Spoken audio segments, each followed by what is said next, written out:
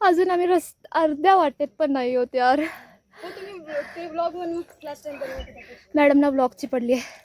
मॅडमना म्हटलं जेवढी काळजी ब्लॉगची आहे ना त्याच्यापेक्षा जास्त काळजी मला होती, म्हणून म्हटलं चला कॅमेरा चालू केलाच पाहिजे आपल्याला. कॅमेरा चालू केला आणि सुंदर फुलांसोबत आम्ही पहिल्यांदा तर आमचे व्हिडिओ घेतले. एनर्जी एकदम झकास होती मॉर्निंगला आणि प्लस वातावरण तर A1 होतं. पण आम्हाला आता ट्रेक चालू करायचा होता, म्हणून म्हटलं चला. गावातून जेव्हा आम्ही निघालो, मस्त ट्रेक पार्टनर्स जे आमचे होते ग्रुपमधले ते व्हिडिओ वगैरे काढत होते आणि आम्ही त्यांच्या पाठीमागून चालत होतो. मॅडम काही व्हिडिओमध्ये यायला तयार नव्हत्या, म्हणून मी ओरडून म्हणत होते मॅडम या व्हिडिओमध्ये. त्याच्यानंतर त्या आल्या. वरती चढलो आम्ही. पाली दरवाजाच्या आतमधून एंट्री केली आणि वातावरण आणि दृश्य A1 होते.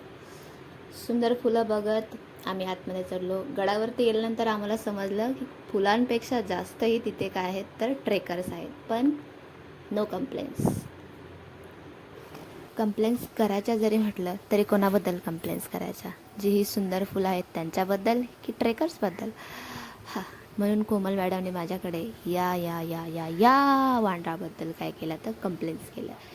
लास्टला आम्ही करून व्हिडिओ काढणं इज कंपल्सरी. सो तो व्हिडिओ काढला मी. खूप वरती उभं होतो आम्ही, त्याच्यामुळे आम्ही खूप घाबरत होतो.